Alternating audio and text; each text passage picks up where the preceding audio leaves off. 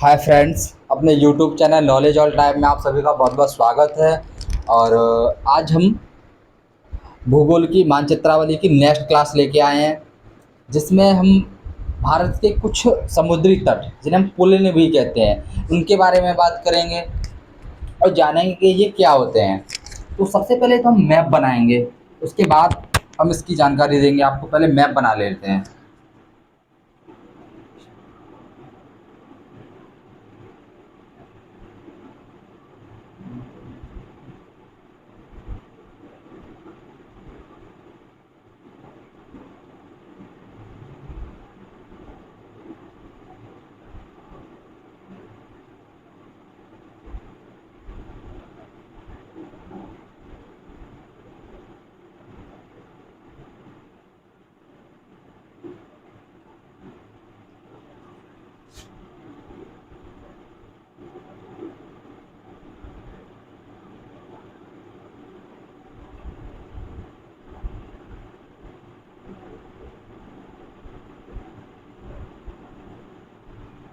ठीक है, तो ये रहा इंडिया का मैप।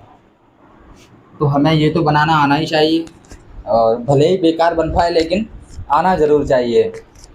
बार बार बनाओ, नहीं आएगा दोबारा फिर आएगा, धीरे धीरे आप सीख ही जाओगे। तो सबसे पहले हम बात करेंगे, जैसे कि इसका टॉपिक की बात कर रहे हैं, वो है पुलिन, या फिर इनको हम बोल सकते हैं समुद्री तट। पुलिन या फिर हम इसे कह सकते हैं समुद्री तट। तो जो तट या पुलिन ये होते क्या हैं, जैसे कि आप लोगों को पता होगा कि ये समुद्र के पास या किनारे वाले जो हिस्से होते हैं, और इनको हम बीच भी कहते हैं। जैसे आपने एक वो गाना सुना होगा कि पानी वाले बीच पे, तो वही वाला जो बीच है ना, वही वाला ये बीच है। गोवा वाले बीच पे फोटो मेरी खींच के, ये वाला एक गाना है। तो वो जैसे जो बीच है, जैसे गोवा का बीच है, मरीना का बीच है, और गुजरात के कई सारे बीच हैं। तो उन्हीं बीचों के बारे में हम बात करेंगे। और ये हमारे लिए नहीं, ये पूरे देश के लिए काफ़ी आकर्षक का केंद्र होते हैं, और ये आर्थिक दृष्टि से भी अच्छे होते हैं, क्योंकि ये पर्यटन के साधन भी होते हैं। यहाँ से हमें पैसा भी मिलता है। अब यहाँ क्या, जैसे कोई भी बीच हो, या तो वहाँ पर विदेशी भी आएंगे, देसी भी आएंगे, और वहाँ आएंगे, रुकेंगे, खाने पीने की व्यवस्था होगी, और भी बहुत सारी चीज़ें होती हैं, जिससे क्या होगा कि हमारे देश में आर्थिक स्थिति सुधरेगी। सुधरेगी, वहाँ पे लोग पैसा खर्च करेंगे, लोगों को रोज़गार मिलेगा। तो इन सब दृष्टि से ये काफ़ी ठीक चीज़ें होती हैं, और काफ़ी अच्छा माहौल भी बनाती हैं। और हर जगह आप बस ये चीज़ एक और समझ लेना कि कोई भी बीच हो, वो देसी विदेशी दोनों ही सैलानियों के लिए होगा, क्योंकि जहाँ विदेशी आएंगे वहीं देसी आएंगे, विदेशी दोनों ही लोग आते हैं। और अलग अलग जो समुद्री तट हैं, पुलिन हैं, इनको कुछ भी कह सकते हैं। तो इनके जो विशेषताएं होंगी, कुछ विशेषताएं हैं, उनको मैं बताता चलूँगा। हालांकि बहुत ज़्यादा कुछ नहीं है, बस हमें इनको नाम देखना है और कौन सा कहाँ स्थित है ये देखना है। वैसे तो हमारे देश में बहुत सारे हैं, लेकिन हम कुछ इम्पोर्टेंट उन्हीं के बारे में बात करेंगे, जो एग्ज़ाम में पूछे जा सकते हैं, और कभी कभार एग्ज़ाम में आपको देखने को मिलेंगे। बहुत ज़्यादा इम्पोर्टेंट भी नहीं है, लेकिन फिर भी जब हम किसी एग्ज़ाम को देते हैं, और जब हमें एग्ज़ामिनर कुछ अच्छी तरीके से पूछना चाहता है, तो ऐसी चीज़ों से ही हमें फंसा देता है। तो इस वजह से हमें सारे के सारे टॉपिक क्लियर होने चाहिए।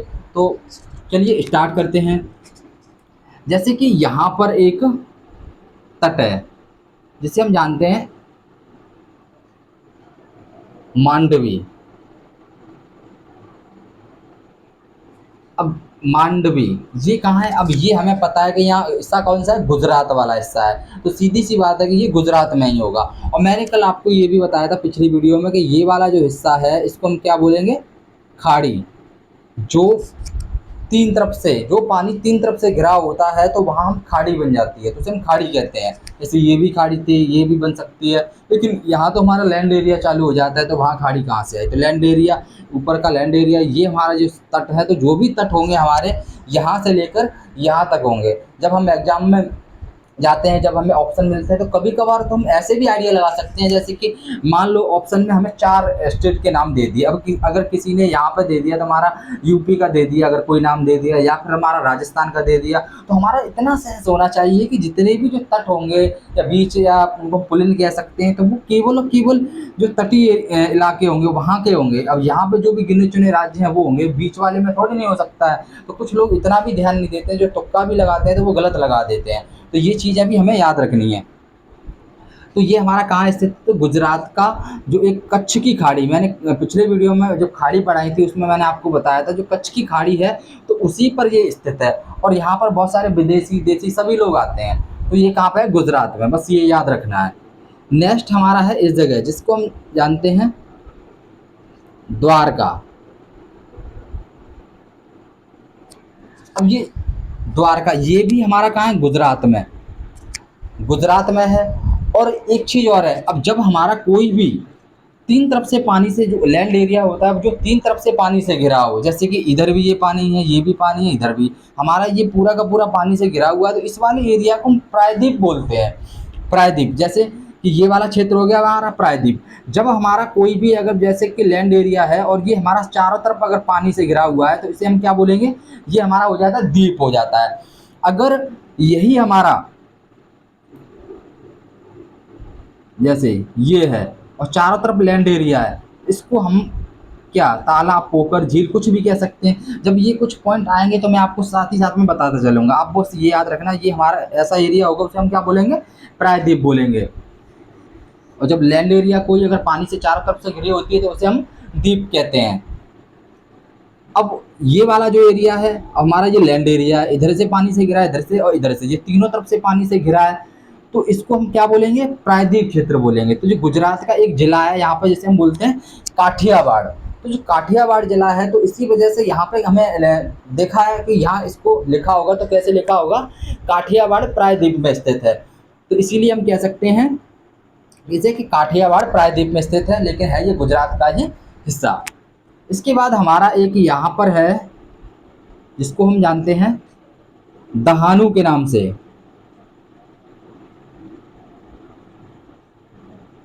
दहानू, तो ये वाला जो हिस्सा है दहानू, तो ये हमारा कहाँ है? महाराष्ट्र में पड़ता है। महाराष्ट्र में है दहानू। और इसकी एक विशेषता है कि यहाँ पर ज़्यादातर जो लोग आते हैं, देसी विदेशी जो भी आए, तो वो केवल और केवल फरवरी और मार्च इन 2 महीने में सबसे ज़्यादा देखने को मिलते हैं। ये महीना होता है आकर्षण का केंद्र, इसकी बस यही विशेषता है। इसके बाद हमारा एक आ जाता है यहाँ पे, इसको हम बोलते हैं मुराद। ये हमारा है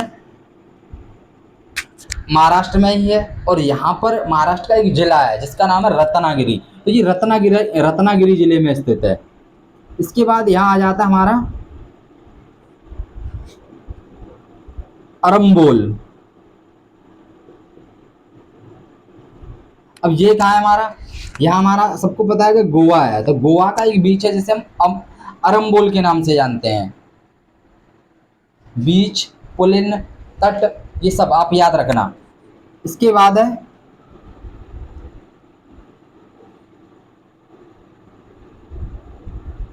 कारावर, ठीक है, जिसका नाम है कारावर। अब ये हमारा कहाँ है? यहाँ पर क्या है? कर्नाटक। तो ये कर्नाटक का जो तटीय एरिया है तो वहाँ पर स्थित है। जो कर्नाटक का एक समुद्री तट है जिसको हम कारावर के नाम से जानते हैं। यहाँ है हमारा एक कोल्लम।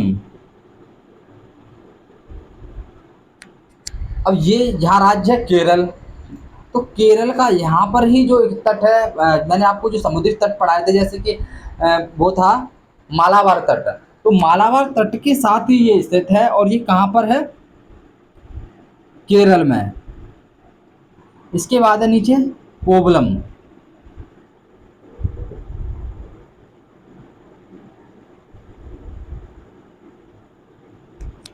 कोवलम या कोवलम कहीं पे भी लिखा मिलेगा।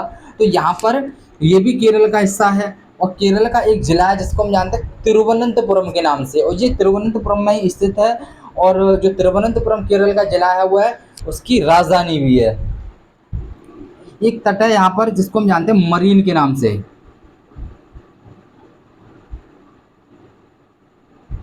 मरीन, तो यहाँ राज्य है तमिलनाडु, और तमिलनाडु की राजधानी चेन्नई। तो ये हमारा कहाँ है?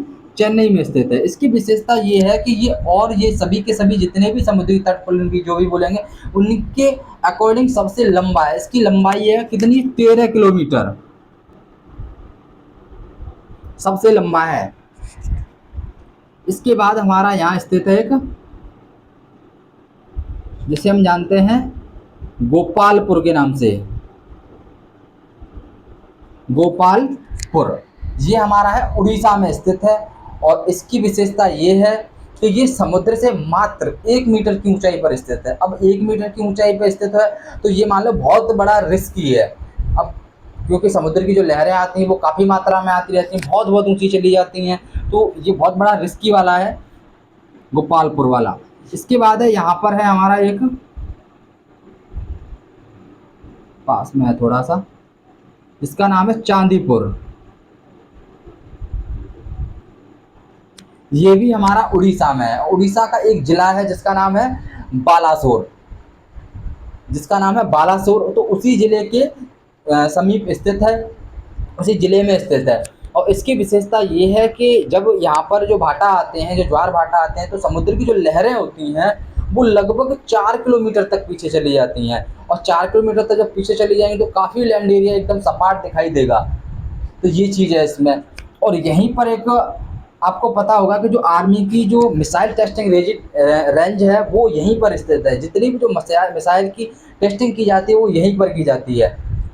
तो ये थे हमारे कुछ इम्पोर्टेंट समुद्री तट या पुलिन। तो मैंने आपको बता दिए हैं, तो बहुत सारे, लेकिन कुछ जो इम्पोर्टेंट थे वो मैंने आपको बता दिए। तो आप लोगों को ये वीडियो 1-2 बार देख लेना है, आपको ये याद हो जाएंगे और काफ़ी इम्पोर्टेंट भी है। तो आप लोगों को अगर अच्छा लगा है तो वीडियो को लाइक करें, चैनल को सब्सक्राइब करें, ज़्यादा से ज़्यादा शेयर करने की कोशिश करें। मिलते हैं अगले वीडियो में, देखने के लिए थैंक्स। जय हिंद, जय भारत।